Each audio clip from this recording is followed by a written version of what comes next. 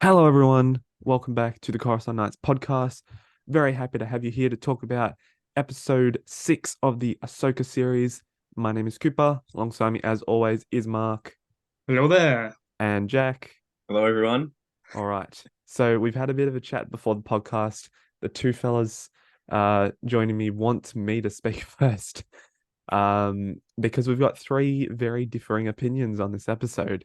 I don't So know if I'd say very differing. well, Uh, not very differing. There's it, two very differing and one sort of in between, I would say. Is that correct Yeah, to assume? I'd probably go with that. Yeah. Yeah, okay. All right. So if you've seen our Instagram post, you know that I very much like this episode. Behind last week's, I would have it as the best episode of the series, and I think a lot of people would agree with me. Just go through any comment section of any video or any Instagram Star Wars Instagram post, and you'll see that the consensus is that it's a pretty good episode. I mean, there's not really a lot to talk about in terms of what other people haven't already mentioned. I think we got a really nice story progression. It's probably not as much as I would have liked, but generally pretty good. We got the reveal of our main antagonist in Grand Admiral Thrawn. We got Ezra finally, which was awesome. We got the Chimera back in live action, which I think Jack might want to talk about mm, because that was really cool and some of the cinematography. But overall, I think the note I made that was probably the most controversial for you guys was that this felt like the most Rebels episode of the series so far. And that was pretty difficult to top because episode 1 and 2 did a really good job at re-establishing the characters and the stories and their personalities, and I think it did really well. This one, I know Hera and Ahsoka weren't in it, but there was never a moment in the episode where I was bored per se. And the moments that were slower, I think, really felt like Rebels moments. So the moments where Sabine was with the Howler and the Howler was chasing after, I thought, yeah, you know what, this is slow, but I can see this. This would be something that would happen in animation. So that's what I mean when it But feels Rebel, and obviously getting yeah. Thrawn and Ezra and everything. So yeah, that's why I really liked it. We'll go into more details a bit later, but I'll hand off to Mark because you seem to sit in the middle. Well, I was just gonna add on to your point there, Cooper, that I think I wrote it in my Instagram review that it did also feel kind of slow in some parts, and I just want to agree with you there that that part did. I feel like it was actually straight out of the Rebels show, or even could have been Clone Wars, which is good, but for for a live action show, I'm not sure. I feel like personally kind of detracts from. I feel like this show is meant to be about the overarching story, and you said it yourself that there wasn't a whole lot of plot progression. If anything, it was really just we arrived in the new galaxy, we met Thrawn, and we met Ezra, which, to be fair, are all things we kind of wanted to see a bit earlier. So Yeah. with only 2 episodes left, I mean, I don't know if they have a whole lot of time to develop what's going to happen. I feel like if anything, the rest of the season might just be them going back or them getting back to the normal galaxy. Because mhm. can't see in 2 episodes how, a whole war's gonna start, for example, Yeah, good point. when he's only got such a small band of troops, essentially. One Mark, starship worth. he's on fire. I'm so agreeing with what he's saying right now. This is amazing. Well, thanks. But I think I'm gonna go on to my dot points now, as Yeah. opposed to which are a bit more specific, I suppose. Is with Thrawn. Thrawn is one of my favorite Star Wars characters. And I personally think that he was done justice in this episode. I think it helps a lot that Lars Mikkelsen plays him with the voice. And I know this is where I think Jack kind of disagrees with this because Jack isn't a huge fan of his looks as opposed to the Hold, animated character. hold on. Just quickly interject here. Before I'll let Mark finish his point. I don't want to sound like I'm saying No, he's like ugly or. I'm not saying he looks bad. I'm saying his face looks a bit different, for Uh, example, to the animated or even artwork like you've got yeah, I behind will. you. I'll go into that later. But yeah, continue, Mark. Yeah. But his voice, because I thought a similar thing, like he doesn't look exactly like he does in the show, but I feel like his voice helps a lot in him seeming like the Thrawn we all know. Like he's really about he's got that very softly spoken voice, and he always seems, even though he sounds like he's got a soft voice, he's in command mentally, which is Mm, what I was getting from his lines and from his voice. mhm. In terms of the stormtroopers right here behind me, I don't know how I feel like that captain guy, Captain Enoch, I think his name is, with the gold mask. He looks really, really wacky. Like I'm not sure what they've done. Oh man, I'm so in disagreement of everyone today. This is What? You just said you were fully agreeing with Yeah, Mark. what? not You now. you going back on your word. It just, I don't know, it looks weird. Like, I mean, I I'm sure agree. I'm sure he's still just the average stormtrooper like the rest of them. But I Oh, mean, how do they? I think it has to do with the Night Sisters actually, the replacement with the gold face, because the rest of them, like this guy here, if you can see it, if you're watching the video, he looks like he's just got worn and broken down armor, and then they filled in the gaps with sort of like a gold sort of material, which I think looks cool actually. I think it looks like, it makes sense. They've been lost in another galaxy for what, like 10 years or something. Yep. So it makes sense that they have to do some patchwork. Next point is the lightsabers. And I've been saying it throughout the show that I think they've been doing the lightsaber battles well, Oh, but yeah, I um, know. then they do it. And I want to make the point that Ahsoka does it in a way that's plausible, but they still don't they never like slice right through something. They can't. It seems like Disney doesn't want this to happen in the shows. Like I've written down that like when they, from what I've seen in this show, when it comes to the lightsaber fights, it's like jabs or short slices with the tip of a lightsaber. So it, leaves like maybe a scorch mark on the armor or some, or their clothing, but it's never seems to be like they cut an arm off or something like that. So it's getting what I would consider to be dangerously close to the famed baseball bats, to what Thank I like to call baseball bats.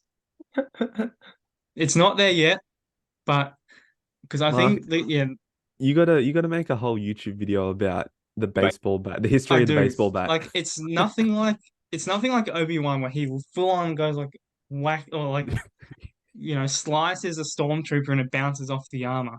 At least in this one, it's more like, it's the very tip of the lightsaber, so it seems a bit more plausible. I'm making these guys laugh their head off. So You I think are. I'm gonna You go on are. to my next point, Yeah. which is which is Sabine's sections in this episode. Mm. Personally, I feel like I don't know if lacking something is the right word, but they might have even been a bit boring in some respects. Like I think the howler you called it, I think the creature that she was riding on, I liked those bits. But even the little turtle guys it was interesting, but that's really all that there was with her. Like when she was in that prison cell bit at the start of the episode, that was fun and that was interesting to see what would happen with her. But the rest of the episode was pretty much just her walking and having no one to talk to and trying to communicate with these little creatures that somehow know Ezra. Mhm. Yep. By coincidence found her. So it's good, but I feel like it was just a bit boring for me.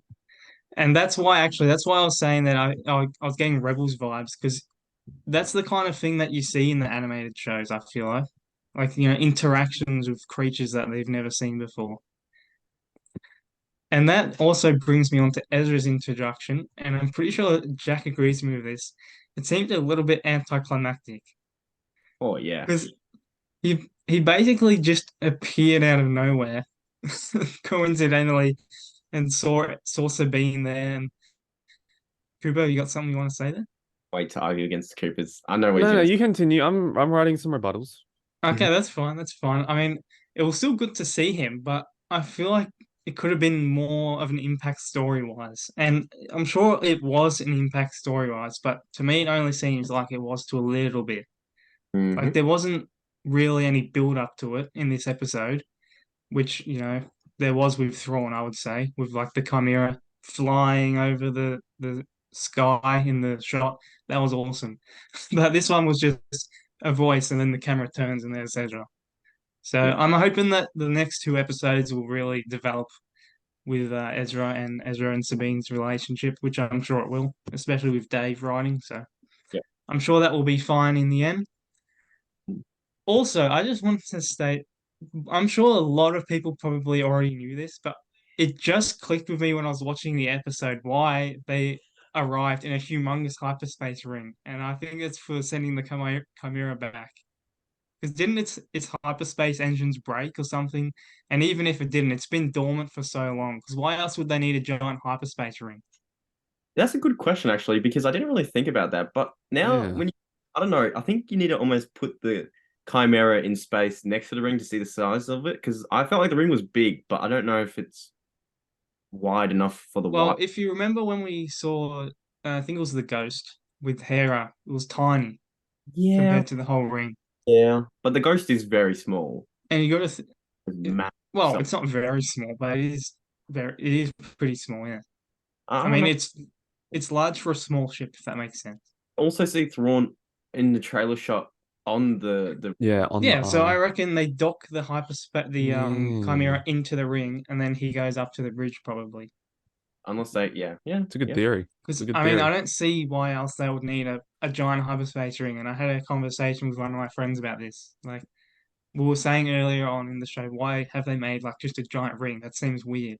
Like a hyperspace dock for like back when the Jedi's used there for their small Yeah, exactly. That's what I'm saying. So it looks like it would be a hyperspace ring for the Chimera. I personally believe.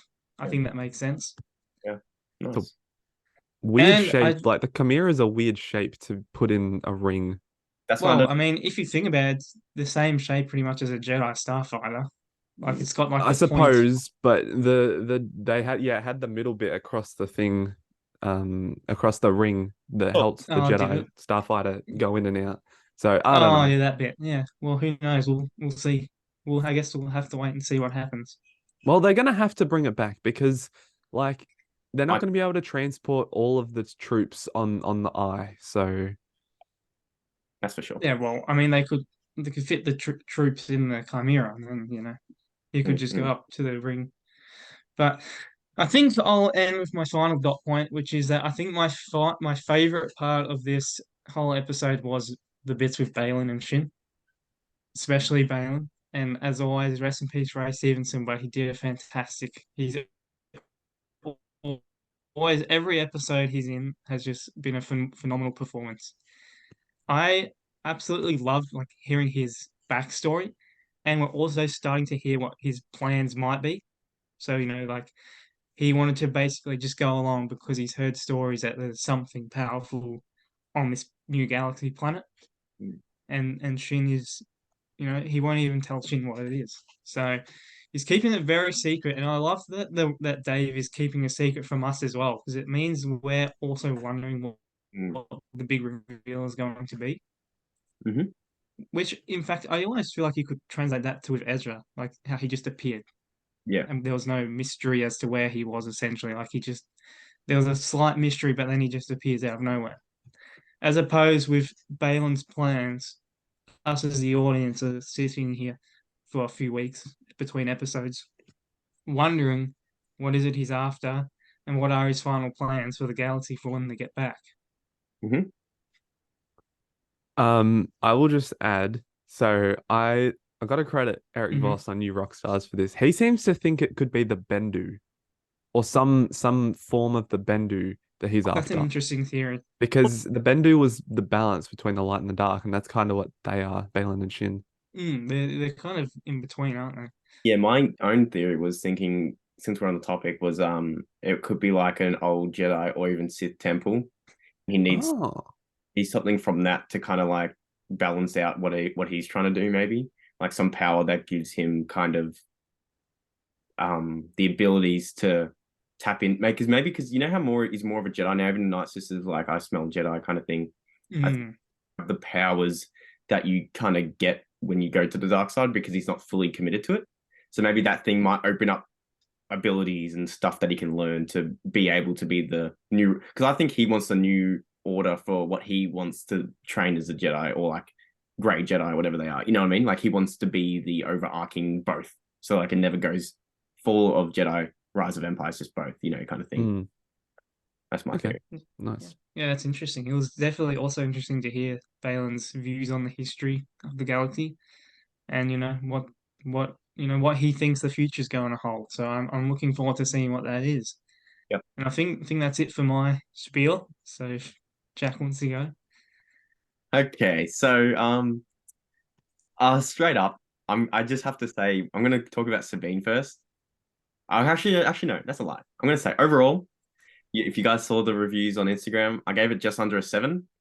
However, it's still better than average. Okay, so don't get it wrong. I think it's a good. There's good aspects in this episode, but overall, I can't say it's a great episode because I think people are kind of overhyping it and overrating it already since we haven't seen a live action Thrawn or Ezra. Since they're both in the same episode too, I think people are just forgetting the pacing of this, the structure of this, the things it's bringing to the future of it. I don't know. I don't think it's top tier. No. Sorry, but for Sabine, when you guys were talking about how it feels Rebels, yes, okay, I agree that in Rebels have those kind of smaller interactions with the characters. Oh, Cooper's getting excited here. I am. Why do we need it in a live action show? Also, the Sabine's not interacting with any like physical embodiment apart from the turtle things or the rock things. So a weird, funny play on a big aspect of a dog. How is that intriguing? I'm sorry. It's just a space dog. That Like, you can ride on. I'm getting bored. It slowed the pacing of it down. And here's the Mark didn't mention this. Cooper might mention it later, maybe, or he will if I say this because he will rebut it. I thought, you know how Enoch, when lets Sabine go, goes, oh, die well, no one's ever walked this on their own. They need like people on these lands. Wow, there was some sort of raiders. Oh no, so scary. Where was like all the the trouble and toil that she needed to overcome to get Ezra? Like, where's this kind of thing that Thrawn and all them are too scared to go out for? Maybe we might see that with whatever Balin's talking about. But wow, that journey was so not fulfilling at all. Like, she didn't go through really any trouble. And all she did was, basically in the end use a lightsaber, which defeated everyone. But like, let's just say Thrawn sent out a couple of trips of battalions, he would have destroyed those raiders instantly. Like, I'm sorry, but like, it didn't give me any kind of like anxious feelings or anything. It was just kind of like, once again, anticlimactic. It's meant to be some new planet that we don't know about, and there's no scary things at all, really. They were just random, like almost Tusken Raider like. Like, come on. You know what I mean? Like, so that was disappointing. Also turtle people, cool, looks cool. I think some of them maybe profited. I don't know, maybe. I don't know. But with Ezra's reveal, wow. And Cooper's gonna say it's so in Ezra's taste, like it's so him. But like, once again, he's been missing for 10 plus years. First live action appearance. Wow, he just peeks around a corner at a turtle people's hut. So not fulfilling as the audience members waiting so long for this. Yeah. That would be a reveal like midway through like another season of Rebels. And this is not season 5. I'm sorry, and to be honest here, it's Ahsoka, right? So this is meant to be like the grand, reintroduction of these characters in live action. And all I can think about is the first time I've seen Ezra in live action, apart from the hologram, was at a weird hut of turtle people, rock people. I'm sorry. If I may say something, I don't mind that he's in a hut of turtle people. I just feel like the actual reveal itself was a bit of a letdown. And also, what backs that up for me, to be honest, is Sabine. No offense. No judgment to the actor. I'm sorry. However, her mannerisms, yes, Sabine. Voice, not Sabine, in my opinion. And the way she voiced some of her lines in this episode just really, really didn't make me like feel any sort of, oh my God, they've reunited or anything. When Ezra's voice instantly, his dialogue was so Ezra. Instantly Ezra for me. Sabine just felt like she was just going through the motions, getting that paycheck. You know what I mean? Like, I did not connect on any way with her throughout this episode, and all the aspects of Sabine in this episode really just kind of left a foul taste in my mouth, to be honest. Especially when she was screaming at Balin at the start, going, "We had a deal!" Like, oh my gosh, no offense. Like, that gives some emotion, gives some heart. You're getting locked up in a Night Sisters prison. This is scary. This is not like, oh no. Like, I'm sorry. I could not get behind that. Thrawn's entrance. Now we're talking, okay? This, out of all the shots in this episode, I thought they were all pretty lackluster and plain on a flat surface with no depth of field. However, wowza. The shot of the Chimera and how it lifts up, showing the perspective of the scale of it, perfect. Favorite shots in all of Star Wars now. It's rivaling top spot, right? I love the gold-plated fixing of it. I thought that was a smart addition to it. Dave Filoni did a good job on that. Thrawn's music, orchestral and chantings of Thrawn was amazing, unreal. Now, I was getting goosebumps. I was like, wow, this is cool. Thrawn, oh my gosh, we see him from the top down shot. We see from his back. I'm like, oh yeah, this is perfect. This is perfection. We cut to the stormtroopers' legs as our troopers dying. We cut to the wide shot. Wow, man, Thrawn's been and drinking well on this. No offense, I'm not judging, the actors are well, kind of in the character of Thrawn, but I'm sorry to the Lars Mikkelsen, his name is, but could he not? Could he not? I'm so sorry. Could he not? You're just like building it up for this massive letdown. Oh my god. I kind of ruined like my whole I was like, oh, intimidating. The music's building up, then boof, just beer belly shot. I'm sorry, man. Thrawn, I've read like 3 of his prequel books, and wow, like he's built up as someone who not only is powerful in the mind and trains his brain to be smarter than everyone else, he also trains his body to rival physical capabilities. I don't think the thing is though, I don't to play devil's advocate. I don't really think he's had to do much fighting. No, but that's the thing, Mark. He doesn't have to. It's not about him training his body to fight people. It is. That's what I'm trying to say. No, there's no threat for him to fight here. He trains for the preparation. Yeah, I guess so. Yeah. He was fighting rebels. He was fighting those assassin droid things, and he was beasting them. I cannot see this man throw a flying kick. He'll pull a hammy. Like this. I'm sorry. Like, as a physical scariness, yeah, his eyes help. Yeah, his color helps. His voice is perfection. Yes, obviously, because he voiced him in Rebels. His uniform looks cool. A bit scuffed on the side there, which shows that, he's a weathered kind of, And I'm sick of seeing people's comments and opinions about, he's like 70 now. He's aged, He's a chiss. He's not a human. If he was a human species, yeah, he probably would put on some pounds. He's not. He's 70 for him is probably just like mid-age, like 40s. Like what? No, I'm sorry, man. That what was the personal trainer for the actor of Thrawn doing? Because wowza. Didn't even try, didn't even put an effort in. Like, this is his first live action appearance. You know how much I've been waiting to see him in live action? And you can't use a rebuttal of, oh, they don't look exactly like they do in animation. Because even in an animation, he looks so weird in that. He was tall and skinny. Can I quickly just say something? Is that all right? Is that all right? Yeah, okay. I just want to say I did a bit of fact checking quickly, and it says that a Chiss live up to 80 years. 80 years. Well, there you go. Like a human. Rebuttal got me. So, okay, maybe that's why he's on the verge of death then, because he doesn't at all. Like, he's to die from just old age in a second. But to be honest though, 80, that's even less than a human. So that's probably the average. Yeah, well, that's interesting because as an alien race, usually in Star Wars, as we know from Yoda, they live up to thousands of years. So if you're pulling off the age card, even still, like the way he's looking physically, health-wise, he may be on the verge of death, considering he doesn't look very good for, you know what I mean? Like in Rebel, it's been 10 years, hasn't it, since season 4? Yeah, he's 80. He was what, like 60 then? He looking good, looking good. Like if the average age is 80 for like death, well then, wow, geez. So maybe that was just maybe it's 100 plus. Maybe he can still live up to. Maybe it's just like the average Chiss. Maybe just does that. But anyway, sidetracked from where I was. I think what they could have done, which I think would have made him a bit more imposing, in my opinion, is we've done it in Star Wars before with Darth Vader and Darth Maul, is have a body double almost like physical like stunt for Thrawn with Lars's voice. I know it kind of seems like a disservice to Lars himself getting the opportunity to do it in like live action. That's probably why they wanted to give it to him, which is fair enough. I love him. It's fine. It just left a bit of a like I can't see this man physically in combat against someone with, like hand-to-hand combat. Mentally, fine. Yeah. He already like, even when he said like, oh, I need to know Ahsoka's background, master, history, training. I need, that's perfect. That's perfect Thrawn planning and everything. But with this dark magic thing that he says at the end, is this about an added thing from for the stormtroopers or like the night? What were they called? Night troopers? Cooper. Yeah. Yeah. It could maybe he's aiding his own personal strength. Maybe this is where he's getting untapped power that makes him live longer. Maybe Mark. What? But Maybe, yeah, maybe. um, but yeah, Thrawn I think still done well. It kind of it was noticeable.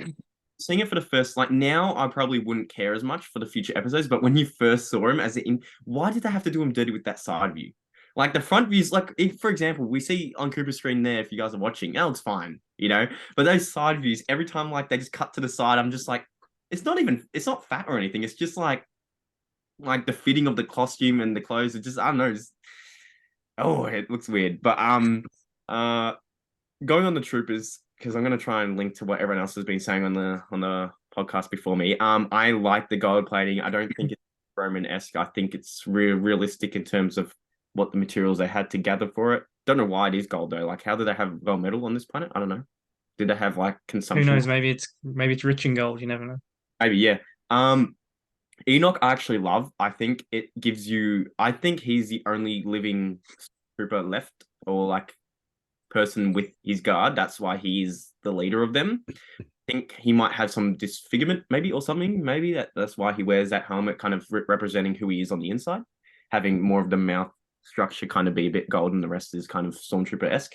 Also like his kind of cloth robe like, kind of like Boba Fett, new Boba Fett with like the black in between filling in the gaps. I really like that touch. Voice, what can you say? Is kind of like the generic voice changer thing that like anyone in a helmet has in Star Wars nowadays, so can't say much on that.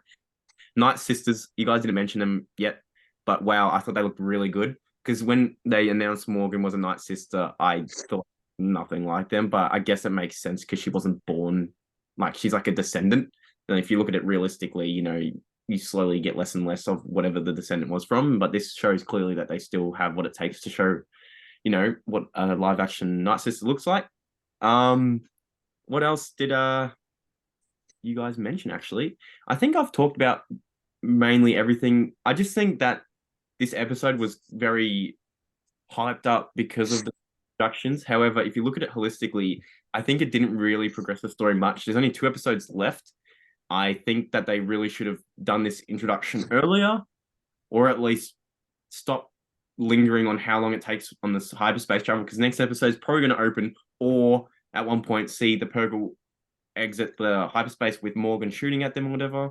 But it's like, wow, we've seen so much like going in and out of this hyperspace like travel. I'm like, I know you're trying to show that it's another galaxy, it takes far, but like you can just assume that as the audience. You don't need to like show it physically every single time. I'm sick of these like what's it called, introductions of the episodes having that.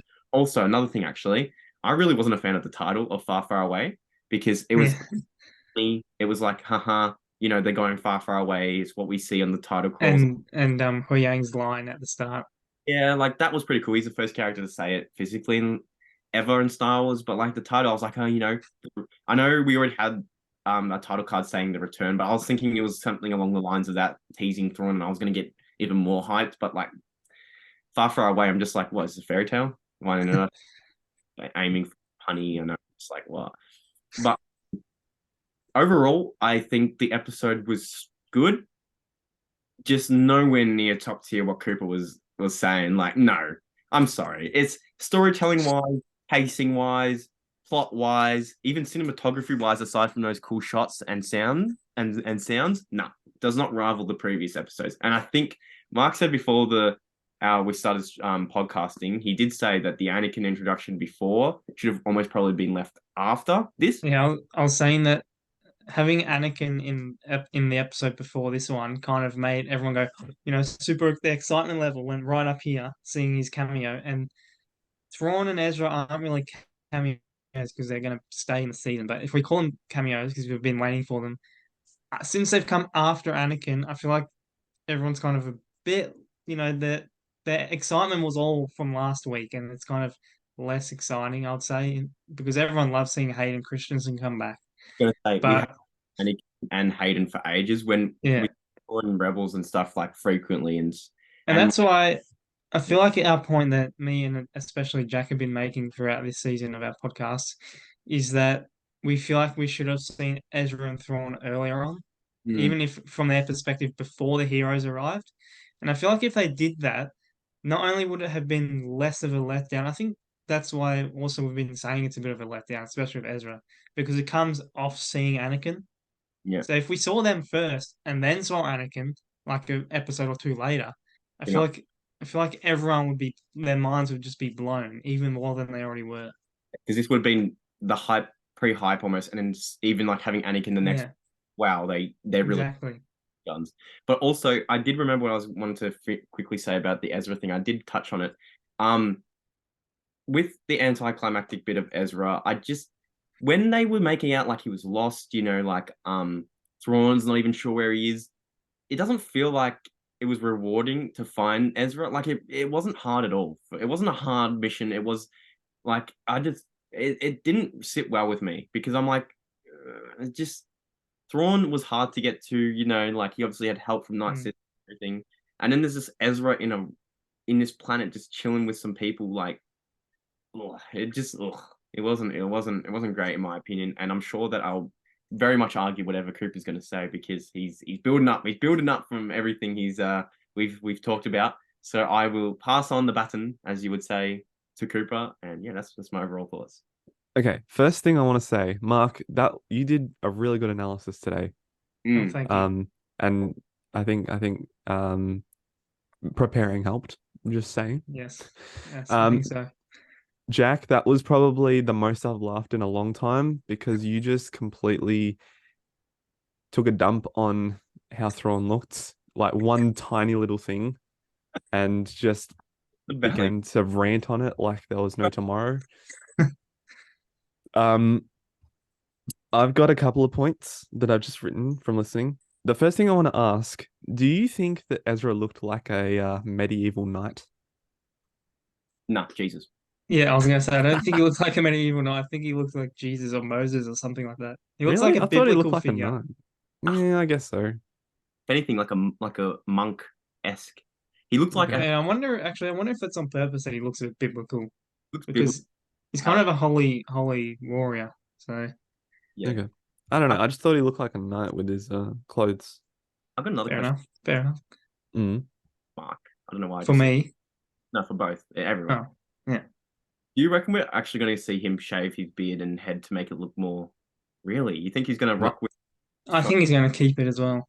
I don't know. I kind of don't know how I feel about the beard. Yeah, the hair. I'm just so used to Ezra skinhead that like it just give me just blue-eyed Jesus vibes. You know what I mean? Like that's Well, we did see his hologram when he didn't have a beard, so who knows? what I'm saying. Maybe Mm. character growth now, I or is don't it know if I don't back? know if he has the utensils to even shave where he is. I think. Yeah, Maybe. Who knows? maybe. Go on. You guys are gonna rag on me for this. Mark, you said you were okay with the turtle guys. Jack, you said they look cool but didn't really serve a purpose. To me, it's part of the world building, and this is why I Hmm. said Peridia was in my Instagram review. Seeing Peridia, I said it was somehow something like we hadn't seen before. And that's not like just the landscape. I mean, we have seen like desertish planets before, but this, I don't know, there's just something that had a vibe about it that just was different. And then you've got the different species and the howlers and the turtle people. I thought, it's cool and interesting. And you got the monuments and obviously the backstory of it being the home world of the Dathomiri. I thought, or the what was it? It wasn't the home world, was it? Yeah, they migrated to death Oh, okay. the place was. Okay. So I really like Prettier, and I think the Total guys were fine. Ezra's appearance out of nowhere is such an Ezra thing to do. I know you said that can't be an excuse, but it doesn't need an excuse. It was a great appearance. I thought it was exactly like how it would be portrayed in animation as well. What do you want, honestly? If I can say He's something being, here, yeah, all right. I agree with you that it was an Ezra entrance, but I feel like just like in the making of a show terms, like I feel like it didn't have much build up. And for someone who's so influential and impactful like Ezra, who sacrificed his own life to save his friends, just be leaning on a being oh, You know, hello, like what comes to my mind when I think of what I'm trying to say is when it's the famous line that I say at the start of every episode when everyone says to Grievous, "Hello there," but there's like that musical sort of rising, you know, and then that's when he says it. I feel like that would have been the perfect sort of thing because it's a very calm thing for, like you were saying, it's an Ezra thing to do to not go over the top. But then I feel like if there was just a bit of music or something to suggest something like that was about to happen, it would have made it a lot better. Yeah, because I think in my head I was feeling Ezra was like almost like on the brink of like not surviving this hard wasteland kind of thing, and he was like in a cave, maybe kind of like, looking rough and stuff. And it's kind of like the opposite of what this was. Like he's looking hopeless and sad, but like right now it looks like he's chilling. Like, why bring him home? Like, he's fine, kind of thing. You know what I mean? I was hoping because he's seeing Thrawn with his powerful thing. You have that kind of what's it called? The contrasting of it. You have Thrawn who looks like he's almost flourished from this experience and learned from it. And then you're gonna have Ezra kind of struggling in this thing, and he desperately needed Sabine to come now. It looks like she could have came 10 years later. Doesn't matter when she came, if she just came because he's fine. You know what I mean? It doesn't of like fulfilling kind of seeing him again in that For someone way. who's been on his own for 10 years, it seems. Well, I guess he learned their language, didn't he? So I guess he wasn't really alone. He's thriving as, you know what I mean? And I kind of want to see a different side of that. He looks like he's just the same. And it's fine, but like maybe next episodes we're going to see like the trouble he had to go through, maybe, who knows, but we'll see. Maybe. I mean, No. we're already looking at Thrawn gonna look at Ahsoka's past again.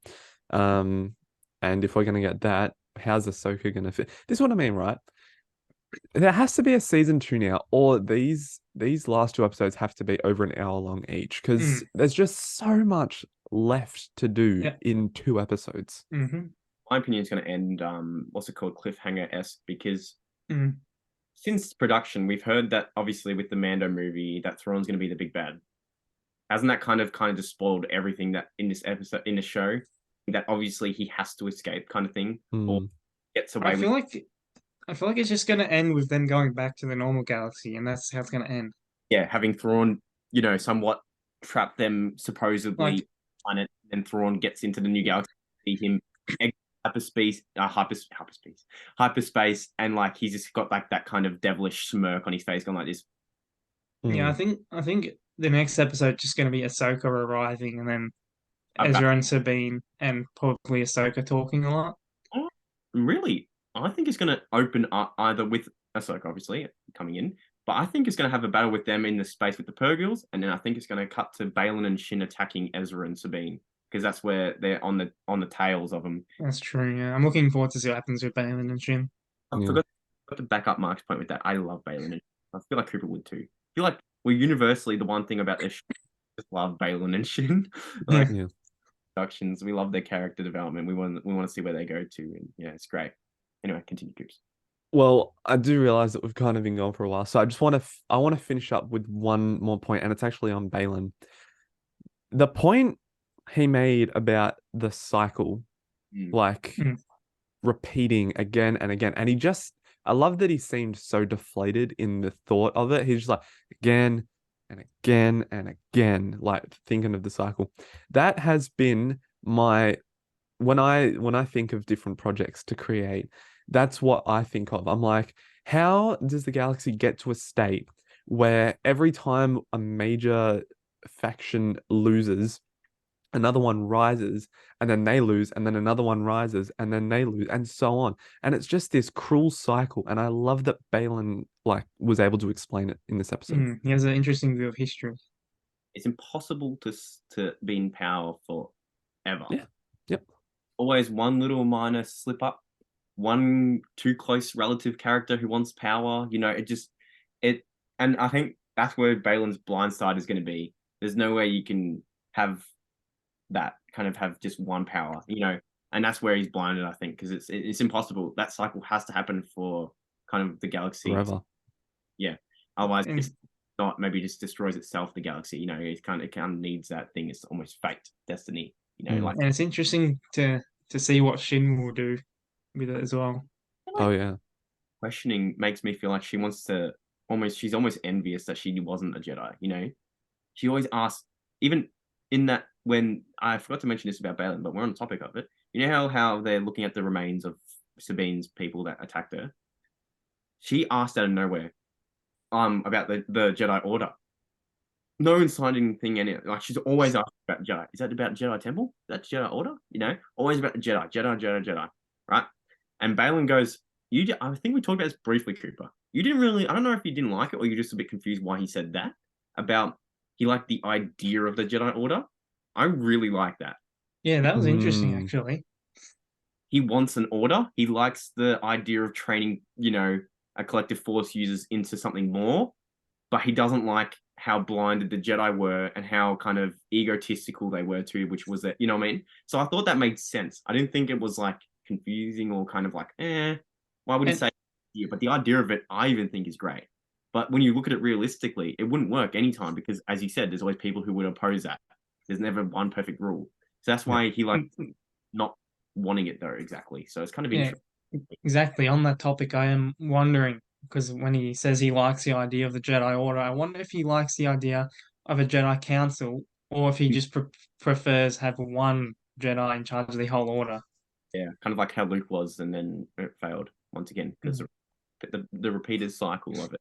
You can't have that. But I want to, because I feel like Cooper's going to finishing up the or Mark even finishing up the podcast. I want to say two things actually. I feel like, and once again, this episode reminds me that I feel like this should have been a movie or a part of like a movie franchise thing because a lot of things that don't need to be dragged on. There's a lot of things that could have been cut. There's a lot of things that would have been done better as a movie, in my opinion, and it would have been a lot more grand. And I feel like you would have got a lot more people even watching it and going to the movie. You know what I mean? Like how long? We haven't got to go to a movie cinema for Star Wars for ages, right? I think people go to see movies more than watch TV shows as well. People don't want to, and especially the 1 week waiting between stuff. Some people, like unlike us, like fans and stuff, even people they'll wait till the end to binge it all. But like, it's hard for like mainstream people to watch an episodic show because they don't theorize between episodes like us. They'll just sit there and be like, oh, that's happening on Wednesday. They would forget maybe every 2 weeks. They might go, oh yeah, I was watching this. You know what I mean? Like it doesn't grasp what a movie can do. And I think that's where the show is failing at the most, I think. When Andor benefits from a show because probably would go to the movies to watch a slow burn. For like, imagine that whole first Andor season was one movie. Just, you know what I mean? Like they might go, it's a bit long. I think that's why we've been saying constantly that Andor works as a show. I think it's to do with arcs, story arcs. Because Ahsoka doesn't really have that. No, and that's why I'm saying it can't be like that Rebels feeling because it's not. It can't have it because Rebels has a lot more time to do it. You know what I mean? That's exactly right. It's with the turtle thing. It's why and I think this might be sort of what Cooper was saying, that it feels like Rebels. I feel like that's what an arc would be in the show, in the animated show Rebels. Need that now, kind of thing. It's Ahsoka, you know. But if it was Rebels season 5 live action, then you would have the arcs and you would have, you know what I mean. So that's when you feel like you could have that kind of stuff. Oh, I forgot. I did a mark. Concluding point, but you go, Cooper. It's okay. I'll be sad. No, I was pretty much done with my points. So if you want to, man, I can't remember. It's gone now. Oh no! Out the window. Done to me. I'm gonna remember. He has done it. He's gonna remember while we're doing the sign off. As soon as I click end recording. I'm like Mark. Sorry, it comes back from Mark during it. For me, once it's gone, it's gone. Gone. Yeah. That's Is it to do with arcs or something or Andor? Oh man, I forgot. Damn. All right. Well, I'm gonna put you out of your misery, so you don't have to think about it anymore. Does no one has any more points they want to make? I think I'm good. Okay, all right. Well, I think that was probably a lot longer of a discussion than we thought it was going to be. And I know we say that every week, but this one, I don't know. I think it's our longest Ahsoka episode. It was going to be longer because of just how much, when we did our initial reactions to each other. Last week, we all universally liked it. It was pretty straightforward. Plot was straight. This is a bit more theorizing what's happening now kind of thing. I reckon that this is the most separated we've been in terms of what we think about an episode Yeah. of even since Mandalorian, since we've started this channel. I think this one's been the one where we've been divided three ways Yeah. about what we think. There's usually a lot of times 2v1. So Well, and I'm the one, usually. usually. 1v1 now for this one. Yeah. 1v1v1, yeah. Anyway, that'll do us for this week. Finale is coming Weeks. in 2 weeks from now. Got episode 7 coming Wednesday, which would be cool. Just a reminder, go check out Instagram and TikTok for uploads on Ahsoka. We appreciate you going and checking them out. If you're watching on YouTube, give the video a like, because you know what, why not? We're Let close us know to what you thought 100. of the Yeah, let episode. us know what you thought. We're close to 100 subs. If we could get to 100 subs before the end of the year, I think that'd be a good achievement. Very good So achievement. you know what? There's no harm in hitting the subscribe button. And if you're watching or listening on Spotify, Apple Podcasts, or even iHeartRadio, or an iHeartRadio now, give us a 5-star review, because you know what? We're a high quality Star Wars podcast. And I think I'm being modest. I think that our analysis, having proven today, is top tier. So you know what? Just go do it. I haven't asked before, but you know what? There's always time for these things. But I think besides that, no one's got anything else to say, so that will do us. So thanks for listening, and we'll catch you next week. Yeah. Bye bye.